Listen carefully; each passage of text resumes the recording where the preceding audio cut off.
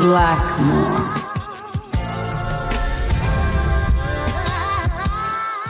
Welcome back to another episode of History Behind the Fighting Styles. And we're back into the world of Mortal Kombat with a long time character coverage that was needed onto the channel. We're going to finally be covering the Black Dragon leader, sometimes the leader depending on which timeline you're looking at, but we're going to be going over Kabal. He's about to get his soul sucked.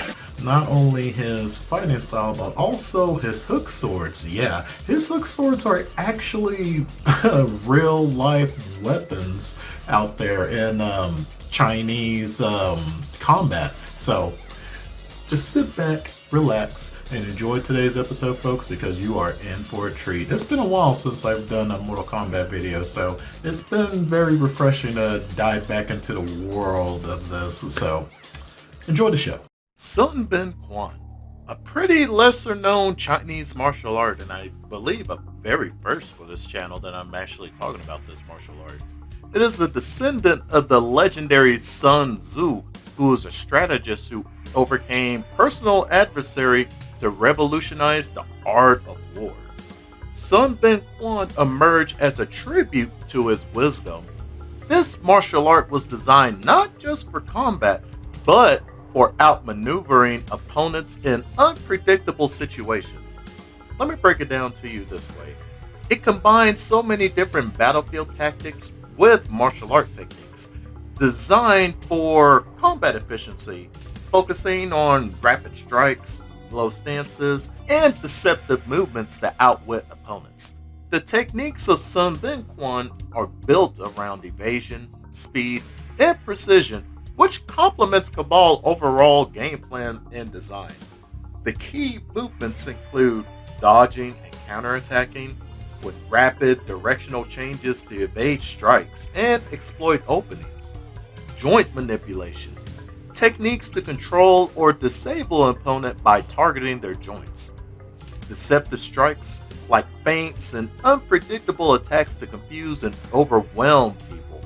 These movements reflect Sun Bin's philosophy of exploiting an opponent's weaknesses while preserving one's energy, which was an excellent choice to give Kabal as a fighting style, again in my honest opinion.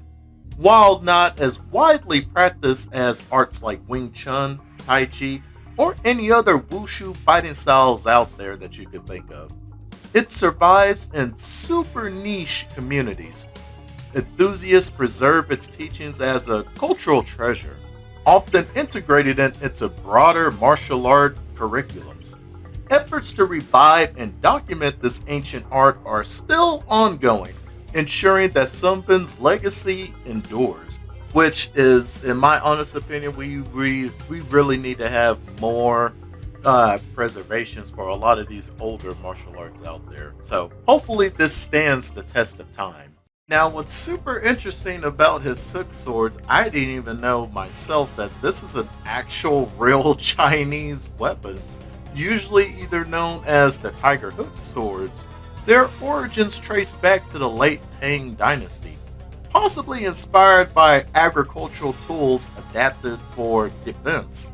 Its crazy design is made purposely to allow for trapping and disarming, while the crescent guard can block strikes or strike opponents. The pointed pommel and straight blade provides piercing and cutting capabilities.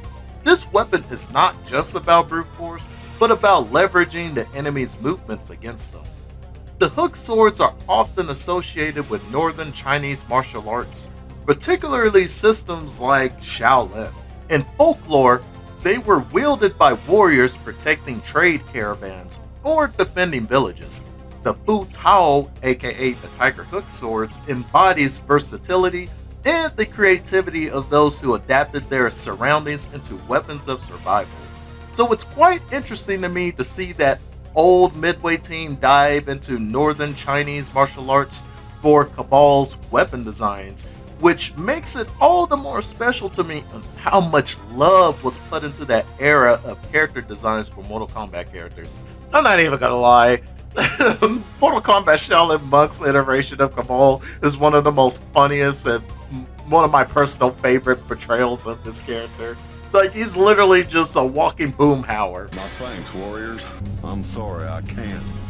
My clan needs me, and they must know that we have been betrayed by one of our own.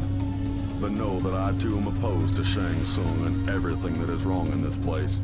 Hopefully sometime in the future of MK2 we end up seeing Kabal make his grand return.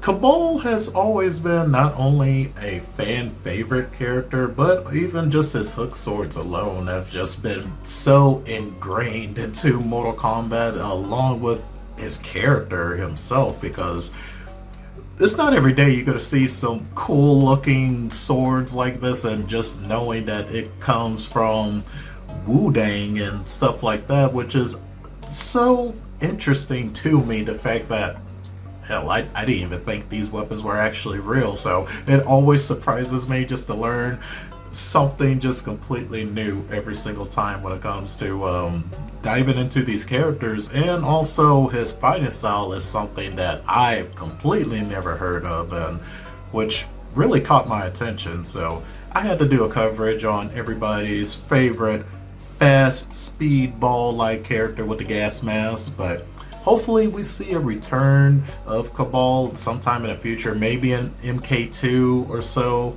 who knows. But if you enjoyed today's video, please give a like, subscribe, and hit that bell so you can stay updated on any new video coming to the channel. This is Blackmore here, signing out. Catch you later, folks. And you are going to be seeing much more fighting style character coverage here in the future. I'm still working on some stuff behind the scenes, but I feel you guys are going to enjoy it. But anyways, catch y'all later. Peace.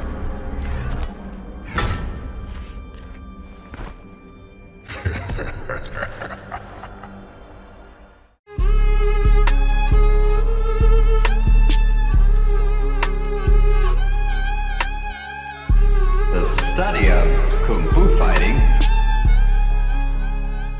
is ongoing. Don't ever hope to master all of them. So be careful.